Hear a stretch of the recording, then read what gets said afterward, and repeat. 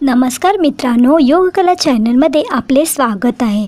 मी आज तुम्हाला माझा मुंबई ते हरिद्वार प्रशिक्षण शिबिरचा प्रवास कसा होता त्याबद्दल सांगणार आहे। आमची ट्रेन बोरिवलीवरून होती। बोरिवलीवर आमची ट्रेन आली। आम्ही ट्रेनमध्ये बसलो, थोडीशी मजा मस्ती केली, फोटोज काढले, अंताक्षरी खेळलो, खूप धमाल होती, खूप मजा केली। पहिल्यांदा एकट्याने हा प्रवास करत होती। सगळे ओळखीचे होते, पण एकट्याने प्रवास हा पहिल्यांदा एवढा मोठा होता। मुंबई टू हरिद्वार खूप छान होता। आमची ट्रेन मुंबई टू दिल्ली होती। दिल्लीवरून आम्ही पुढे बसने जाणार होतो। आम्ही दिल्लीला पोहोचलो, त्याच्यानंतर आम्ही बसने पुढे हरिद्वारला जाणार होतो। खूप थकवा आलेला। बसमध्ये थोडासा आम्ही आराम केला, दिल्ली बघितली, खूप छान वाटलं। तिकडे आपल्या देशाचे फ्लॅग्स होते खूप मोठे मोठे। आम्ही हरिद्वारला पोहोचलो, पतंजली योगपीठला।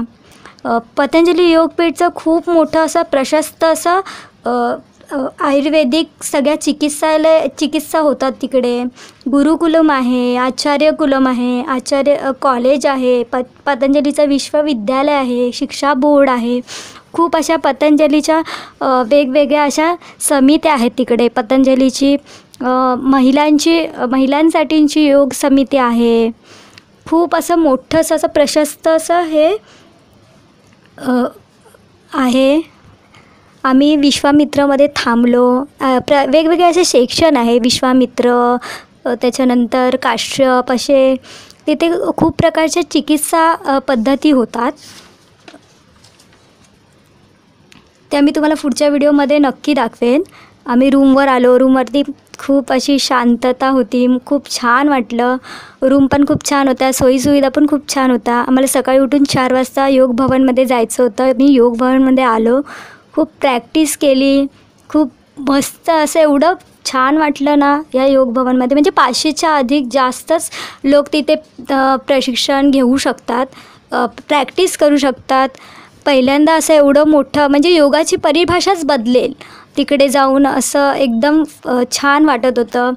खूप तुम्ही बघाल एवढं मोठं आहे ते। म्हणजे तिकडे गेल्यावरती असं वाटेल की एक नवीनच असं योगाची एक वेगळीच परिभाषा आपल्याला तिथे कळते जाऊन। तर तुम्हाला जमलं तर तुम्ही नक्की इकडे भेट द्या।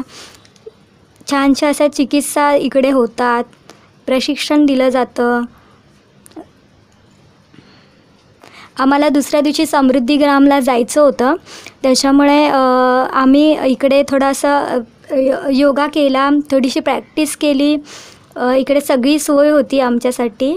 त्याच्यानंतर आम्हाला नाश्त्याची सोय केलेली, नाश्ता केला आम्ही, नाश्ता दिलासुद्धा, आणि मग आम्ही रूमवरती आलो।